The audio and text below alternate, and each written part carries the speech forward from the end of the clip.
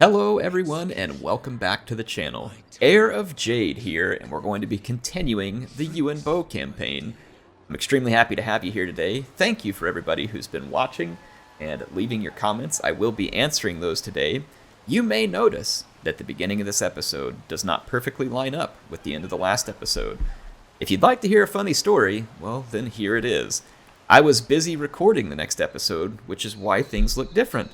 Except I forgot one important detail.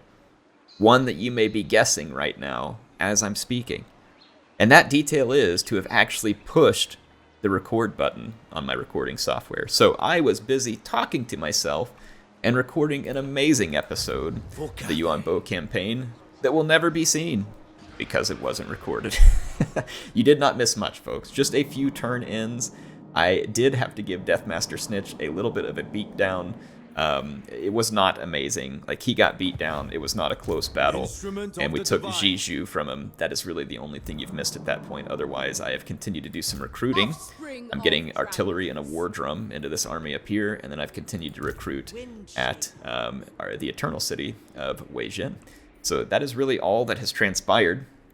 Though I will go back through and cover some things. I did want to mention the DLC is out now, is out for everybody to play.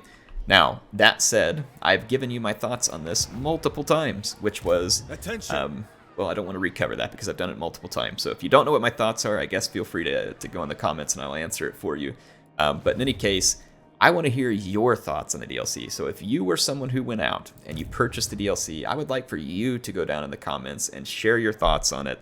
Was it worth it? What did you think when you got it? Why did you buy it versus wait? And of course, if you're one of the people on the other side of that and you're saying, hey, please don't ever buy this, I don't think it's right because of the whole price debacle, feel free to share your opinion down there too. I'm certainly not blocking anybody from sharing their opinion. In fact, I like all those opinions to be there because my way of helping you all make decisions about this is not for me to write a review and tell you to do what I'm going to do. It is for me to provide you with the most information possible, the most gameplay possible, so that you can see what people think, lots of people, not just me. You can see the gameplay for yourself, and then you can make the right decision based on the information that you take in. So I am not ever going to claim to be the one-stop shop for knowledge or decision-making in the Total War community. And I'm not necessarily saying that any of my peers have done the same either. I just know that some of them take a different track when it comes to reviews. They're very passionate about it, and they will share their opinion and tell you that, you know, why they think you should think that too. And that is fine. Again, not trying to stop them, and it's not meant as an insult toward them. I just take a different approach, and that is all there is to that. I am going to have to go fight Lokir. That is going to be interesting. I think that I'll go ahead and replen for one more turn here and do so that we can get our Astromancer up here. We definitely want to put that magic into our army, unlock that capability. I'm going to keep my War Compass pointed at the Warpstone Desert. In the episode I thought I was recording, I had mentioned this. I will mention it now again. I realize in some of my episodes I don't always do a great job of explaining all the things I'm doing, and it's probably because I have been playing the game for so long. I just assume that everybody else has, and I know that that's a mistake. Some people are new to the game. Some people might want to just know why I'm doing things the way I do it so that they can see whether they like what I do versus what they do. So I will try to do a better job. By the way, we just completed a caravan and got a lot of money. So I will try to do a better job of explaining all those things to you as we go through. And yeah, hopefully that will help you all. So we have 3 turns left in that building. We could use our Matter of State on it. Let's see if there's anything even more valuable that we can use the Matter of State on. It doesn't look like it, so let's go and let's use our Matters of State on the Celestial Riverlands to complete our province capital here, the town. So let's go to Matters of State. And, oh, we've got one more turn of cooldown on it, okay. One more turn of cooldown. We'll use it on the next one, I guess. Because I definitely want that capital completed so I can begin to build more high-tier recruiting facilities. That's where I want to make the push. We have a lot of money, and so I want to put high-tier units in my army and put that money to good use. We do have unassigned skill points. This is on a Caravan Master. The way I like to rank up Caravan Masters is, first and foremost, I will focus on Wayfinders. This reduces the chance of ambush which happens frequently on your caravans. Your caravan is much more likely to survive the less it's attacked, and the more times it survives, it picks up new units potentially. So this is, in my opinion, the one you should go to first. I then like hidden stores to be able to replenish the army and take less attrition as you move through, because again, that's all about survivability, and the more your caravan survives, the more they're able to get new units. Then I like better skills and cargo, though arguably, if you want, you could use like this local guides to get better shortcuts, or you could come in here and start improving the combat capabilities. But I usually go with these first in order to just make more money. Money is infinite money is the sinew of war, I think was the old saying. So I try and keep it that way. And we can now build another outpost here with the Burning Wind Nomads. So I'm going to do that. We are not going to adjust the compass. We can dispatch our other caravan. We have 2 other caravans at the moment, both of which seem quite capable. Let's increase what it is we can receive here, and then let's select our destination. This caravan's not going to make quite as much money as the others.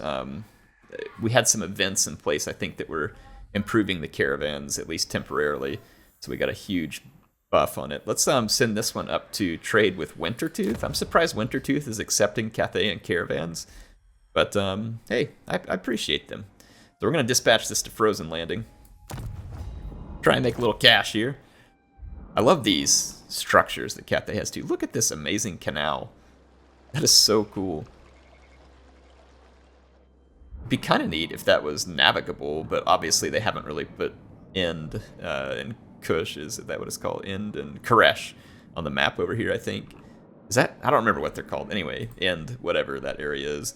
And then don't remember where Nippon would be. Would it be out here somewhere? But yeah, hopefully they'll expand those maps one day. We shall see. I am holding out hope that we'll get another really unique faction like Cathay and like Kislev added to the game, but I'm not 100% sure that'll happen at this point. I think it would be great type of thing, but I think a lot of that probably depends on Games Workshop as well, because I think that takes a lot of cooperation on their part. The Caravan of Blue Roses is attacking the Iron Dragon, so let's enter the war on his side. I don't know if they still are, but the Caravan of Blue Roses was pretty powerful, and so we might want to keep an eye on our friend there. Now, they want me to join their wars against the Defenders and the Spirit of the Jungle, which this is going to be the Kroxigor clan, essentially. And it's a little bit risky, but I am going to do that just to build up the allegiance points with them in case I need that for recruiting or for, setting war targets, stuff like that. You could certainly choose to deny that there. Oh, I need to get some of your comments, by the way. Let me get to the first one here. This first one was from Roland, and he was basically stating what goes through my mind every night, so I thought this would be a good one to share. It says, should I go to sleep in 15 minutes? Yes. Will I start watching this episode knowing I will regret this tomorrow morning? Yes. Yeah, that's me every night on YouTube, so definitely understand that, Roland. Thank you for taking the time to leave a comment. I definitely feel the same as you there. All right, we need to go confront Lokir. Lokir he's got a black arc, which is the one force here. Fortunately, it's a black arc, and it's not one. But the unfortunate part of that black arc is that it can provide fire support for his army, and he's no doubt got a rather large army at Haichai, however you say that one. So I'm going to move my army a little closer, and let's see here. Only Shen Yong could do that.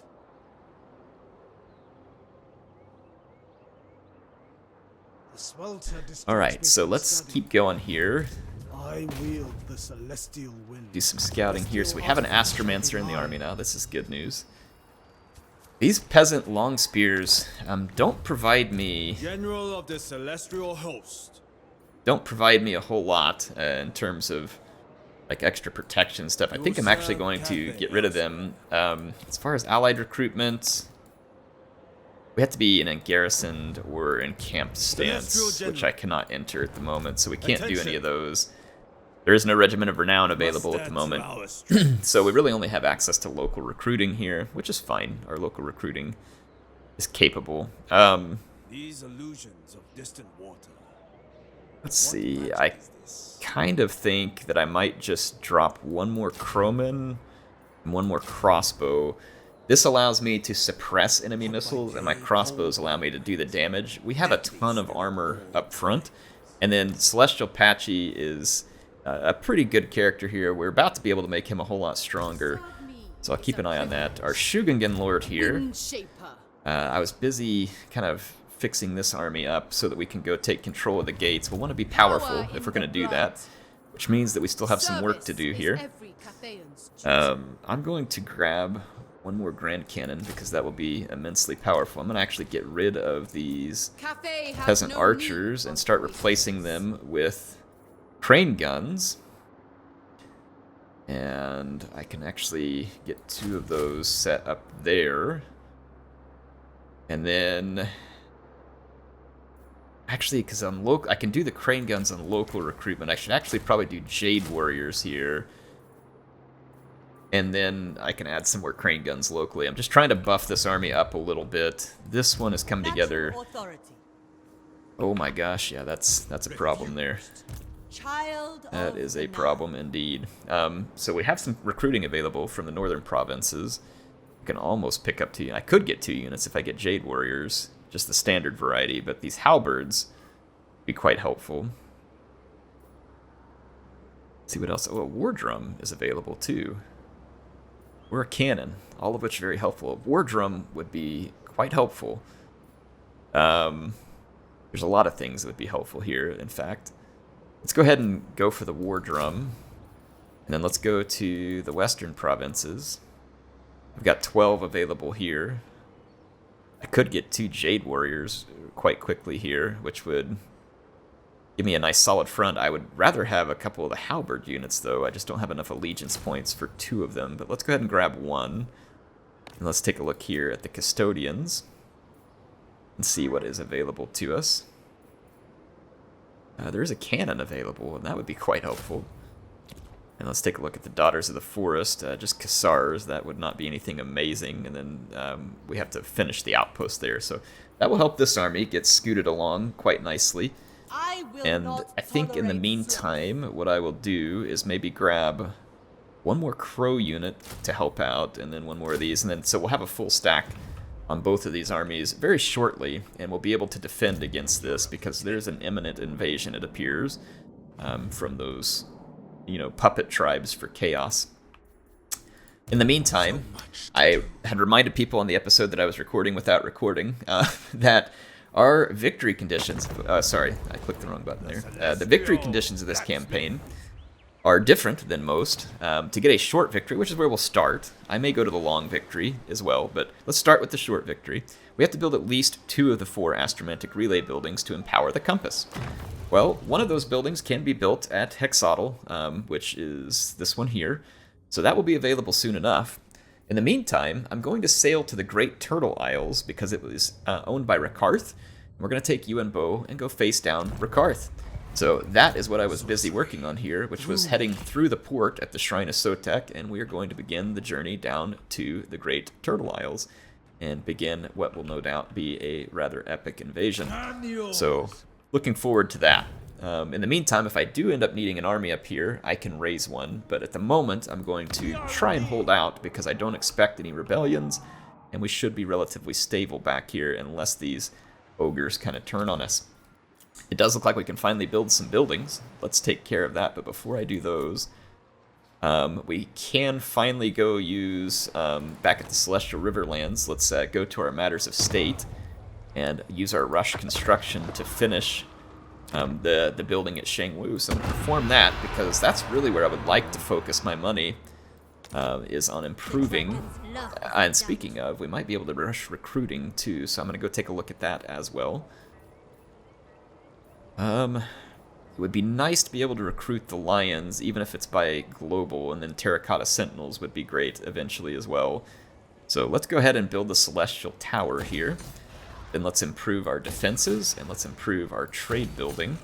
And then we can also improve one of these settlements. I'm going to do that one so that I can build up this building, be able to recruit the shielded crossbowmen. Let's see who could benefit the most from this speedy recruitment, and I think it would be this army here. I go to Matters of State and levy the provinces, and this is going to take 1 turn of ongoing recruitment, and we're going to perform that. So that is helpful as well. Now I can come in here, and we will have 2 more Jade Warriors in the next turn. I'm going to kick these 2 Long Spearmen. I'm going to replace them with a couple of Crane Guns. So these armies will be a lot more powerful within the next turn or 2. We do have a building we can build here. Let's build defenses. And I am out of money for this turn. We're going to ignore the compass and end our turn, and I'm going to continue to take your comments. The next comment actually comes from Marcus, who says, "Hey, Air, thanks for the content. Of the three, the Jade Dragon is definitely the one I was looking forward to." He's talking about of the 3 DLC lords. Best to you and your family. Well, thank you. I think that the Jade Dragon is definitely a fun campaign, and even just compared to the other lords within the Cathay faction, I do find the Jade Dragon to be my favorite at the moment. Now, that's not trashing the other 2. They're quite good. But I just like the way that the Jade Dragon plays. He's good in melee on foot. He's pretty good with magic. He has some nice buffs to his armies. I love the addition of the war drums and some of the abilities he gets. So I really like it as well. I think a lot of people that I've seen really think the Changeling is their favorite. In fact, we have that comment here from another person. Let me get to it. Let's see. I don't remember who it was, but someone made a comment that the Changeling was their favorite in this one. Oh, no, it was, I think it was Paul here, who says, "Big fan since the Rome 2 days. I discovered you because Carthage is my favorite faction. I wanted to know if you have a favorite of the 3 lords for the DLC. I'm leaning towards Changeling." I think a lot of people agree with you, Paul, and a lot of them are leaning towards Changeling. And I think it's because it offers a very unique play style compared to what was already available with any other lord throughout the game. Not to mention, like, you kind of couple that with Tzeentch, who has really wacky and wild units. And the Changeling is really curious in the sense that if you are a person who just really enjoys sandbox type stuff, you can go to any theater and complete the schemes if you want, or you can just ignore the schemes. You don't have to maintain this big empire of settlements. You can maintain only what you want, and you can sneak around. He's pretty well hidden most of the time. There is a lot of neat things about the Changeling that kind of takes the gameplay and just, for lack of a better way of saying it, changes things. And I mean that in a good way, in the sense that it allows you to play very differently, and you just don't have to do the traditional style. And I think some people enjoy that break from the very predictable, traditional campaign styles. So in any case, let's go ahead and bring our lord up here to stand behind the lines, and let's get ready to fight. This is not one of our powerful caravans by any stretch of the imagination, but we will do just fine. And I fight these to try and minimize, so if someone's wondering, Air, why do you fight these? The auto-resolve probably would have done it. It would. You usually take, if you do it right, you usually take fewer casualties fighting it on your own. And that will allow you to ensure, again, it's all about your caravan's survival. You want them to survive for as long as possible. I'm actually going to reposition just a little bit here with some of my peasant archers. There we go. And I'm going to target their lord. And I'm going to send my halberds out to intercept their lord. And I'm going to send this unit up here to stop the saber tusk packs. And we're going to intercept the ogre bulls up here. I focus fired their lord because he does not have great armor, and my peasant bows will help to finish him off quickly. I always keep a unit in reserve to protect my archers. You can see that we are going to be quite effective here, because the enemy lord is down in a big hurry. The only units I've really taken much damage on are some peasant long spears, so not the end of the world. My Jade Warrior halberds are very powerful against the ogres, basically against almost all of their units. So there you go. See, we can finish that fight with very low cost to ourselves. So hopefully that helps you all understand why. So let's get on to the next comment here. Mad Drips says, "Wow, that fight with Lokir was amazing. I thought that army was going to get wiped out." Me too, Mad Drips. Me too. I did not expect to survive that, and it was a very fun battle. And you know what? That's the reason why sometimes you should fight those battles. Sometimes you're going to lose, and I do. Sometimes I lose, and there's no way out of it, and it stinks. But sometimes you'll win, and it will be that epic moment that you get to enjoy, and it will, you know, make your campaign that much more fun. So see that we can replenish, and we have no losses to this army. So anyway, good times. Yeah, thank you for the comment, Mad Drips. Thank you, and let's continue here. So, Patchy, oh, this is great. Lokir's forces left their hideout. I don't, maybe they didn't see me until they moved up too close. This is a fantastic catch for us. This is really good, in fact. So Celestial Patchy has an opportunity, and the AI apparently thinks they're better than us here, and it's probably because of these Bloodrack Medusas and the crossbows. And to be fair, those crossbows and Bloodrack Medusas are pretty dangerous. But I have an answer to their crossbows in the form of Onyx Crowman, and I also have Celestial Patchy, who is going to be pretty capable here as a melee combatant. He'll certainly be better than this spellcaster. Speaking of, as far as magic, they do have Flock of Doom, so that's not going to be great. But our armored infantry will hold out extremely well against anything that they're bringing here. Their Witch Elves don't really have armor piercing. Their Shades, those particular Shades do not. So they do have armor piercing missiles, of course. The Bloodrack Medusas are dangerous, but they are also low armor, which would make them very susceptible to our crossbows. So I think we're in a good position here. Let's go ahead and get another comment. This one from Pyrrhic Strategos, a longtime member of my community and supporter of the channel. I appreciate you a lot, Pyrrhic. He says, Morathi can't catch a break against the new lords. First, Mother Ostankia takes her lunch money, and then Yuan Bo pushes her into a locker and slams it shut. Great stuff as always, here. Well, thank you, Pyrrhic. And yes, I mean, boy, Mother Ostankia definitely got a good, Morathi got a good bullying in both of my campaigns here. Oh, I wish I could have undone that. I were actually already in the correct formation, and then I clicked it. Dang. Oh well. My bad. It had remembered the formation since the last time I played, and I should have just used it.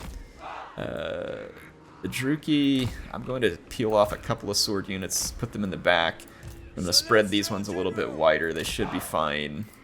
Put Celestial Patchy right in the middle. I am going to turn formation attack off on all my swords. They do a little bit better about wrapping up on the flanks. Keep my crossbows ready here. And then, like I said, I'll use these units to protect back here just in case. And then we've got our Astromancer, who's not a very potent character yet, so we're going to need to be careful with the Astromancer. He could get targeted by the crossbows and killed if we are not vigilant. We attacked them, but they are coming down off their hill, I think because they're feeling confident in their chances of winning. This is good for us because I can feasibly here really mess up their Witch Elves quite badly. Their Dark Shards are quite concerning. Even with my shields, they are going to be powerful units. I think that I'm going to go ahead and move my Crowman heavily to one flank, and I'll get ready to come around this rock and then just come screaming into all their Dark Shards. So let's do that, because this flank is secured by a geographic formation here, so shouldn't have to worry. Warrior crossbows. I might be able to... Ooh, dodge, dodge, dodge. They've got Black Arc support here. Have to be on our toes for that. Alright, yeah, they definitely have Black Arc support. Let's go see if we can draw some crossbow fire here. Do a little bit of dodgy. Alright, the enemy is in range. As soon as their crossbows get in range, we need to open fire on them. I am going to target the Witch Elves there. And Patchy needs to keep moving. He's getting hit by some magic there, I think. Target the crossbows, please. And target crossbows. And I'm going to just take Celestial Patchy straight in. I'm going to try and just dumpster all their crossbows right now. I'm going to take my infantry and go ahead and charge forward. There's no need to stand in my defensive line at this point. They don't have anything fast-moving to threaten me with. There we go. Alright, so the battle is well underway. I have dealt great damage to their crossbows. A little late on the reaction there. That's unfortunate. Let's go after that shade. Move, move, move, move, move. Jade crossbows. Repositioning. Crossbowman. They will perish. Okay, we're going to try and continue to stay on top of things here. We have done a good job of suppressing their missiles. We now need to deal with their blood rack Medusas. Bringing harmony. Master of I do have a harmonic convergence. Let's send some reinforcements up front. One of our units. Oh, we got a Jade Warrior absolutely trounced right here. Move in formation. Oh, I guess that must have been crossbows. Or blood rack Medusas, one of the two. Maybe a bombardment that I didn't catch. Yes. Harmonious wrath. Let's see if we can target that Death Hag there. Keep going after these units. Move in Trying to pull this unit back. I don't know if that unit will survive to the next battle or not. Hopefully it will. Oh, yeah, that was a bombardment that I did not get to dodge in time, unfortunately. We're down to 4 entities. Alright, we got rid of their Death Hag. There's another bombardment headed in over here. Pull out of that, pull out of that, pull out of it. Ooh, we just got hit by another nasty bombardment there. Black Arcs are very dangerous. They are very fun to use when you're the Druki. They are not so fun to avoid when you are not the Druki. But it is possible to avoid them to an extent if you are sharp with your micromanagement, which is not typically the description that I would give myself. Okay, we got rid of a Blood Rack Medusa. It's being pushed away. It's down to 595 hit points. There's another Blood Rack Medusa here. I'm going to focus attack it with my crossbows. We got rid of the shades. Let's just go ahead and focus that Medusa. One of their crossbows came back here, so I'll turn around. But I'm going to let my crows chew on the enemy leader. I'm actually going to pull my crows out of that fight and let my crossbows finish it because they should be able to finish it faster and more effectively. This is going to be a good victory against the Druki. I took a little more damage here than I would have liked, but there was a reason why they were predicting the outcome like they did on the auto-resolve. It's not that I agree with their predicted outcome, but there was a reason why, and it's because they do have some units here who can cause some extraordinary damage in a short amount of time. So that is not altogether unexpected.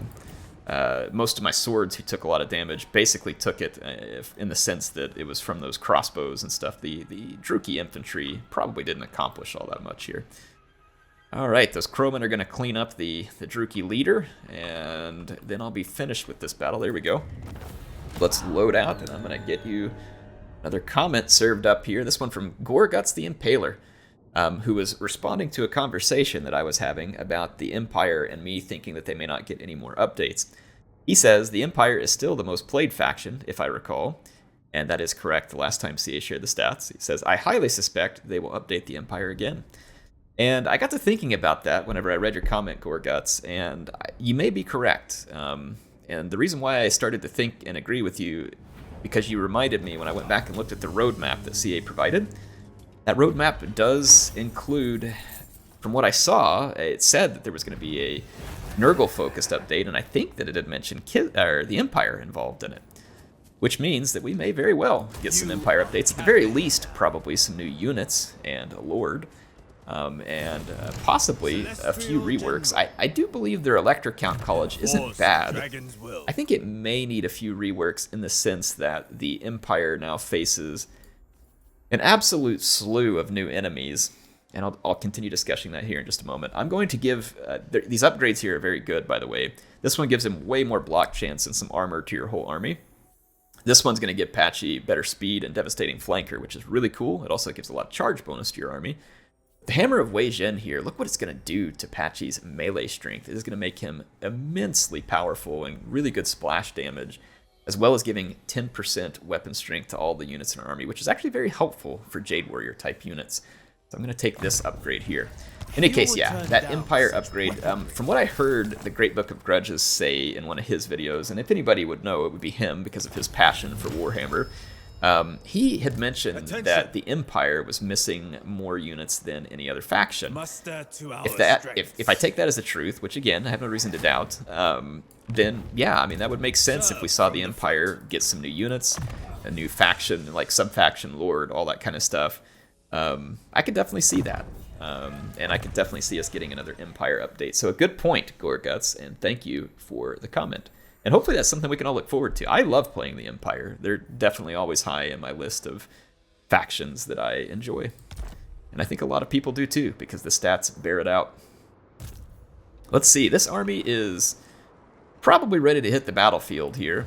And we should, because we need to get control of the Dragon Gate. We should expect to see our predicted income drop rather considerably when we move out here. Yeah, there it goes. It cut it in half because we're getting significant cost reductions.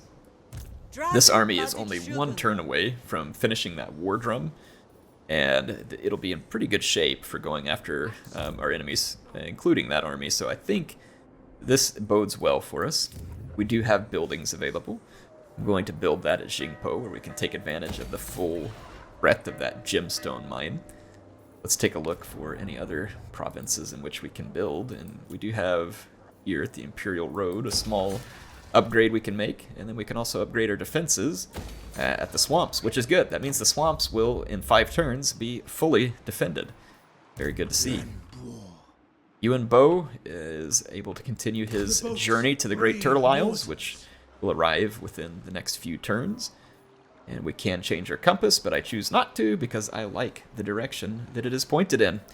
So I'm going to end this turn and grab yet another of your amazing comments. Alric says, wow, the auto-resolve was indeed way off on that Marathi battle, especially when the AI decided to YOLO her into your lord just after you had been talking about how good a duelist he is. Yes, that was a coincidence that very much worked in our favor, Alric. And the AI in Total War Warhammer 3 has been a lot better. That was a pretty bad demonstration of it being better. But it's a good example. I continue, in my opinion, to state that I believe what they did was right in terms of allowing a slider for the player to determine whether or not they wish to have those bonuses go to the AI. And some people are like, well, then the AI stinks. They need those bonuses. They wouldn't if they could improve their decision making even just a little bit. And if you so like for instance, the AI for whatever reason decided my best bet is to YOLO Marathi right into an elite melee character. CA can do better than that. That is not a terribly complex bit of coding. It's not that difficult to basically say, hey, if your lord is going to YOLO with no support straight into the enemy's best melee character, that is probably not the decision to make, right? So they could deprioritize that type of decision making. So yes, I very much believe they could make the AI, like for instance, notice in that last game, the AI was using its Black Arc support quite well at getting after all my skirmishers and making life really difficult. That was a good decision. And it really did make things challenging. This is going to be tricky here because I need to take out this settlement. They do have the Black Arc within support radius. It could come and actually use its troops. It can disembark them to fight me, which would be very dangerous. We could always flee away if that happens. Crap, I moved up here and I didn't have enough movement points to get there. That was a mistake. My bad. Alright, we are done with the drum. Let's go ahead and move over here to begin trapping chaos into their positions. We should be able to retake the Dragon Gate here. It says that we're going to take high casualties, and I believe that's because when we fight this battle, they get the walls to fight from. And I can understand why it says this army is dangerous from the walls, but we're going to have to go ahead and do this, and we're going to have to succeed. So let's go ahead and fight the battle. I'm going to have to use my cannons to good effect here. And we'll end our episode with this fight. Should be a good one. But yeah, there we go. Anyway, the AI can be improved. I think if they focus on Lord behavior, like not sending your Lord to YOLO, not YOLOing cavalry immediately when a fight begins. And then they do pretty good with their missile units. They target your key units. I don't have any complaint there. They're pretty good about not firing your artillery and missiles while you bait and switch on them when you're on the higher difficulty, so that's pretty good.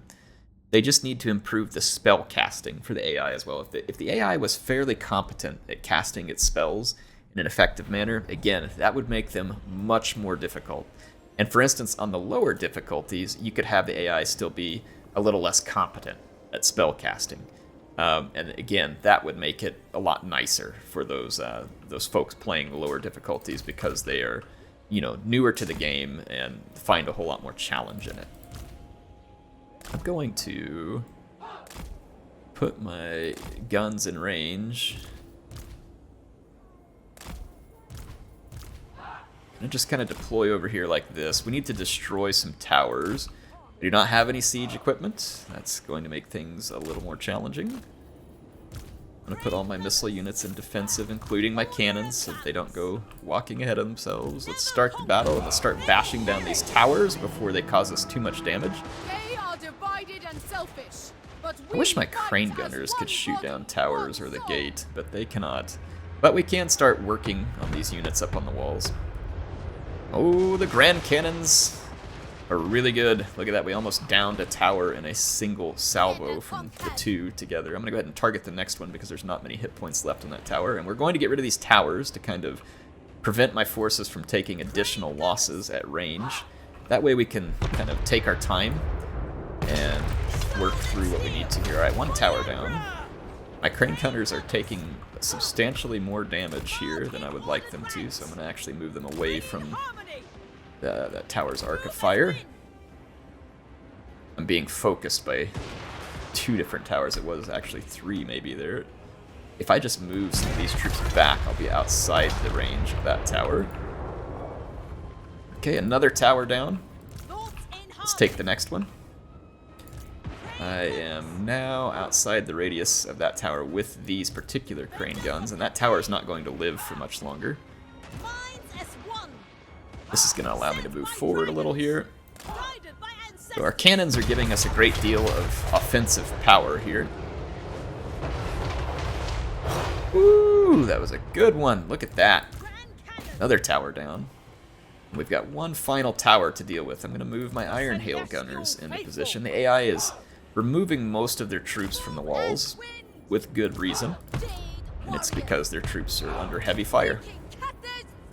Need our war drum. That's going to be a really critical unit here.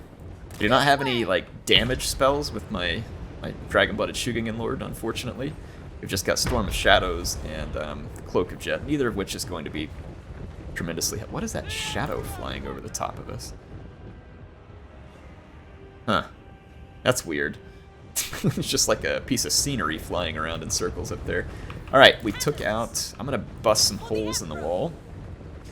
Our cannons are absolutely devastating the enemy wall here, and that is tremendously helpful for us because it's going to allow me to fight this battle on my terms rather than their terms, and without being peppered by their defensive structures. In fact, it looks like the AI is kind of seeing the writing on the wall here and is falling back from their position defending the wall. Probably not a bad decision on their part. Can the war drum attack this? Yes, it can. Alright. Let's send these 2 units up to attack the gate. Alright, we have one hole in the wall. Let's make another. And what I want to do is I want to see if I can park my iron hail gunners behind this breach. See, there's a little bit of a lump in the breach, unfortunately. But I want to try and park them in this breach and see if I can start shooting enemy units from back here. It looks like they're moving outside of my range, but I might be able to tempt them. Move forward, we can move up these units as well. We've just about got another hole in the wall here. Alright, yeah, see these guys are moving up towards the breach. They're actually going to come out of the breach. What a bunch of idiots. I'm more than happy to oblige their death. Ooh, they are getting lit up. Now let's move our cannons up, and I might be able to get some shots through the holes in the wall there. Man, they got absolutely lit up there. That was great. Alright, the gate is under fire. I'm going to move my cannons up and keep putting holes in the wall. Some of my units are finding little spots to shoot through. That's good news. I'm going to put an iron hail gunner right here. And my cannons are very slow, so it's going to take them time to move into position. But I'm not in any hurry. We're going to play this one slow and methodical here. Very methodical. The gate is quickly being demolished.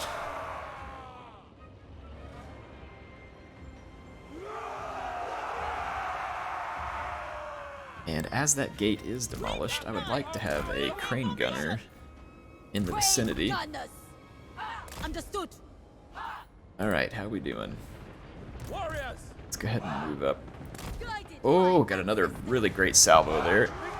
Iron Hail Gunners cause tremendous damage. Iron Hail Gunners! Oh, yes, yes, yes. Iron Hail Gunners, very limited, very squishy, but they cause tremendous damage. Alright, we opened the gate. This is good news. I'm now going to park a crane gunner right here in the gate and see if we can get some shots in there. Oh yes, look at this, another unit. For whatever reason, tempted forward. I don't know why this is happening, why the AI is doing this, but we're going to absolutely capitalize on their stupidity here. Oh man, they're getting shredded. And I'm here for it. Now, let's make another hole in the wall. Yep, my crane gunners are able to shoot through here at the defenders. The AI feels obliged to defend this entryway, and I feel obliged to kill them as they defend it.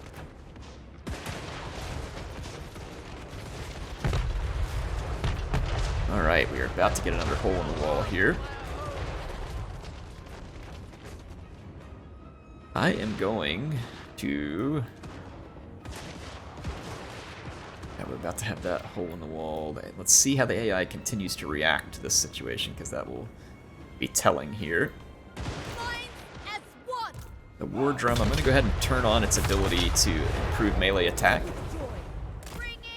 These Jade Warriors are not going to be as potent as some of the other ones. I am going to go ahead and move them inside the walls. And I've got an idea. I'm actually going to put some ladders right here. Actually, let's escape on that, and then let's bring a unit over here.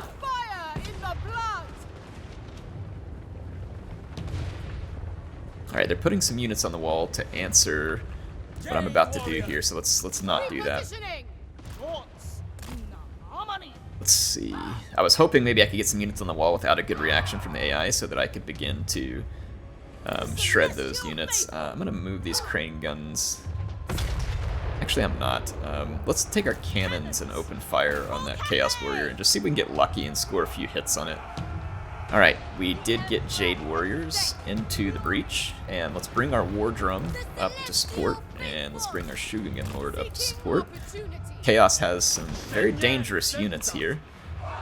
Chaos Warriors with great weapons are very capable melee combatants. And I'm going to kind of get in here and see if I can set up a gun line within the wall. There we go, and then let's send at least one more Jade Warrior over here. Our cannons don't appear to be able to score any hits on that positioning, and that's understandable. We do not have a great angle. I do potentially have an angle on that barricade up there. Okay, let's countercharge. Warriors with great weapons inbound. I'm going to use my War Drum to help counter them as well. Like actually in melee. And let's see if our Shugengen Lord can help out as well. I really need this unit, maybe at the very least just occupied, because if I could sneak an Iron Hail Gunner up here onto the wall to shoot down into that fight, that would be really clutch. In fact, what we could do is maybe push up over here with these units, push this Jade Warrior in. Okay, let's just see what happens here. I think we can basically get too many units for the AI to effectively defend against. Alright, yep, looking good, looking good.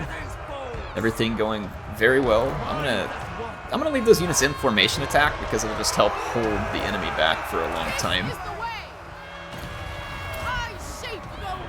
My magic isn't really going to do anything particularly effective here, but we will use said magic. Let's pull this unit through. Oh, these guys are about to be in big trouble. They've overcommitted to this fight. I'm about to be able to just line up Iron Hail Gunners immediately to their rear. Okay. Yes, the Warriors of Chaos are about to experience the true meaning of pain and suffering at the hands of my Iron Hail Gunners. Need this unit to move back out of the way. Let's not block our line of sight there. And here it comes, folks. The great massacre begins. Let them have it. Oh yeah, there it is. Sweet shotguns of Cathay. And that is going to very quickly put an end to any further resistance. Ooh, we have Chaos Warriors inbound. We're gonna need to sneak this unit around their flank and use it, and then we'll need this unit. Let's begin moving that direction. Our Iron Hail Gunners should continue to fire here.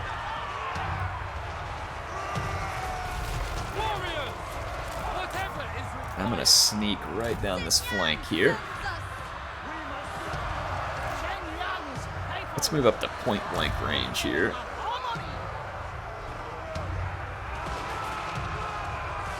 We're still getting good shots there, and I can now sneak past this flank.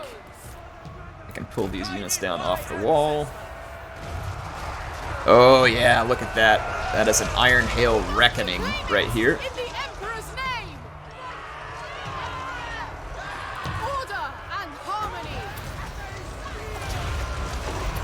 I'm gonna use my magic. I don't think it's gonna do any good, but okay. Iron Hail Gunners move into position.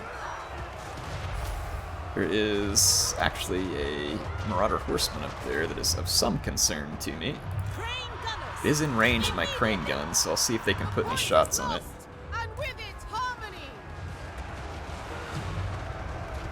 All right. Let's move our War Drum back out of the line of fire here. It's taking a lot of friendly fire, I believe.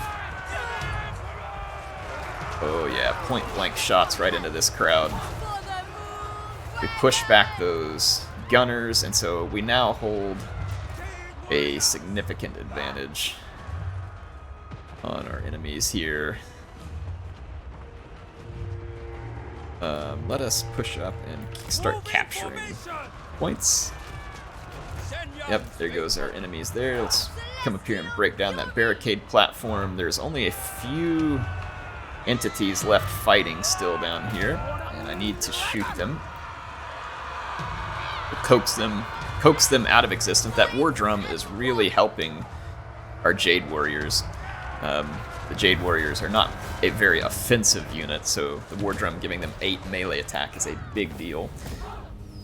Very good victory for us there against the Gates. It had predicted us to not do well, but we of course did just fine. We just have to be able to hold our ground there, and we were able to do so. That is going to be pretty much it. I will go ahead and get to maybe one more comment here before I go. And let's see, it says, this one's from Sean, who says, enjoying this as always, even though my machine won't run it. Setting aside Total War for a moment, have you seen much of Homeworld 3? Are you excited for the next installment? That is an excellent question. I have been keeping tabs on it. In fact, I helped fund it on the Kickstarter campaign, or whatever it was they did. And I'm very excited for it. I love the Homeworld games. They are some of the best RTS games that were ever made. And Deserts of Karak was also a beautiful game and did not get near the attention that it should have. It was probably one of the best RTS games that's been made. I would play it today way before I would play Age of Empires 4 and the others. Like, it's just a better strategy game, in my opinion, a more beautiful game. But in any case, I am very excited for it, and yes, we will absolutely cover Homeworld 3 thoroughly on the channel, and I hope you all are excited for it. But anyway, that will be the end of this campaign, or this episode. Heir of Carthage, signing out for now. I'll see you soon with some more action in Total War Warhammer 3.